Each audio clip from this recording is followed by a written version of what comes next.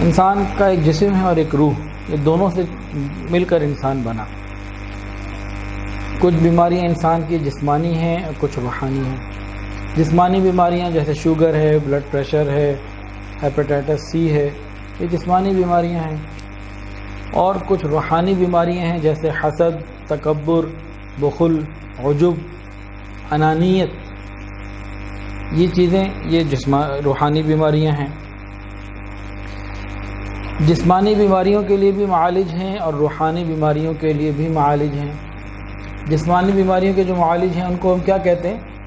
طبیب، حکیم، ڈاکٹر، یہ ان کے نام ہیں۔ اور جو روحانی بیماریوں کے معالج ہیں ان کے نام کیا ہیں؟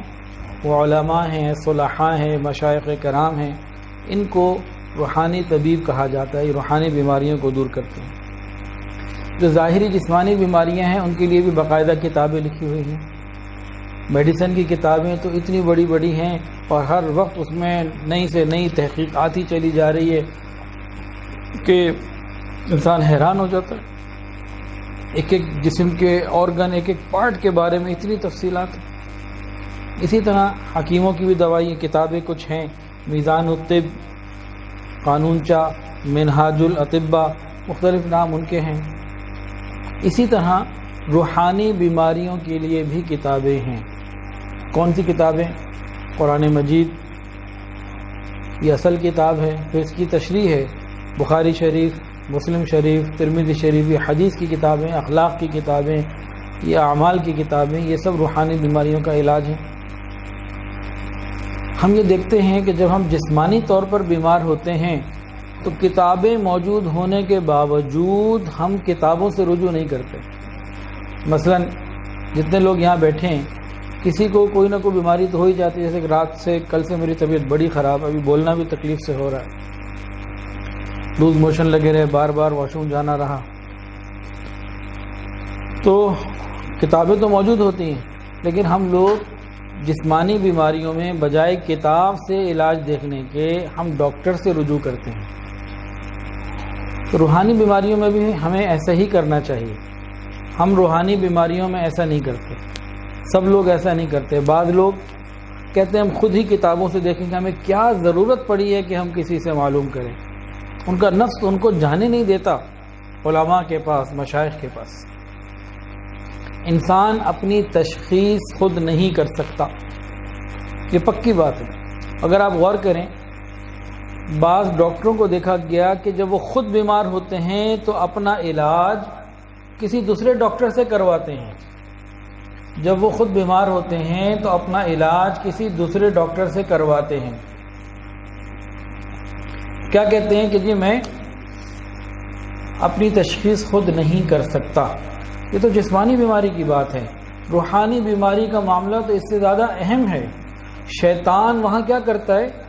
چھوٹی چھوٹی نیکی کو بہت بڑا کر کے دکھا دیتا ہے، بڑے بڑے اعمال کو جو گناہوں کے ہوتے ہیں، بڑے بڑے گناہوں کو مزین کر کے چھوٹا کر کے دکھا دیتا ہے۔ تو انسان نفس اور شیطان کے ان چکروں میں رہ کر اپنا علاج، اپنی تشخیص خود کر ہی نہیں سکتا۔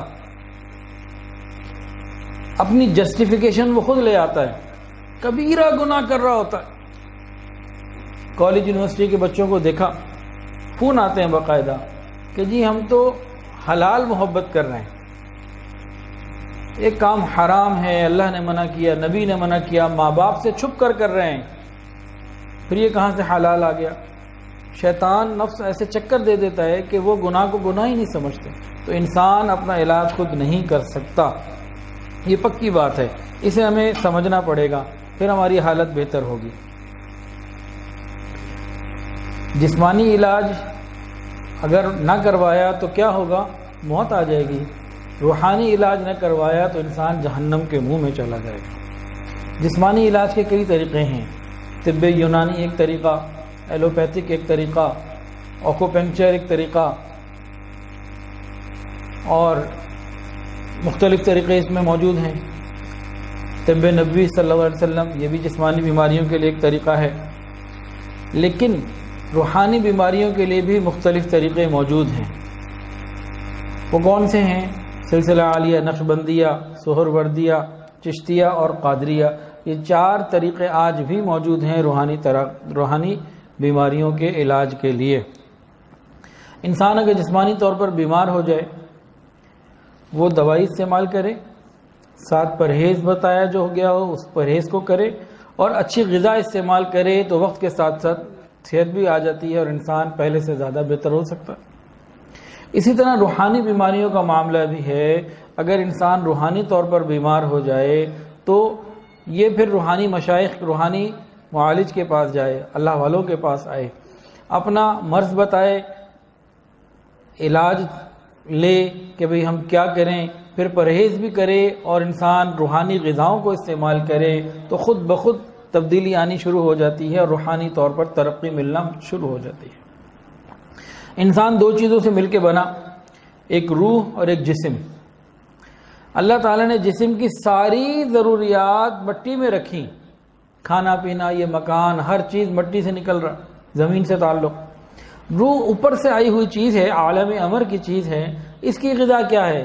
انوارات، تجلیات، فیوزات جو اللہ تعالیٰ کی طرف سے اوپر سے آ رہے ہوتے ہیں، یہ اس کی غذا ہوتی ہے۔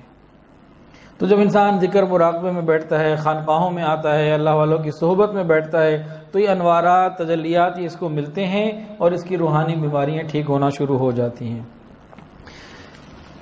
ہم لوگ جان کے بارے میں تو بہت خیال رکھتے ہیں لیکن ایمان کے بارے میں اتنا خیال نہیں رکھتے۔ جسمانی علاج نہ کرایا تو موت آ جائے گی، روحانی علاج نہ کروایا تو ایمان چلا جائے گا۔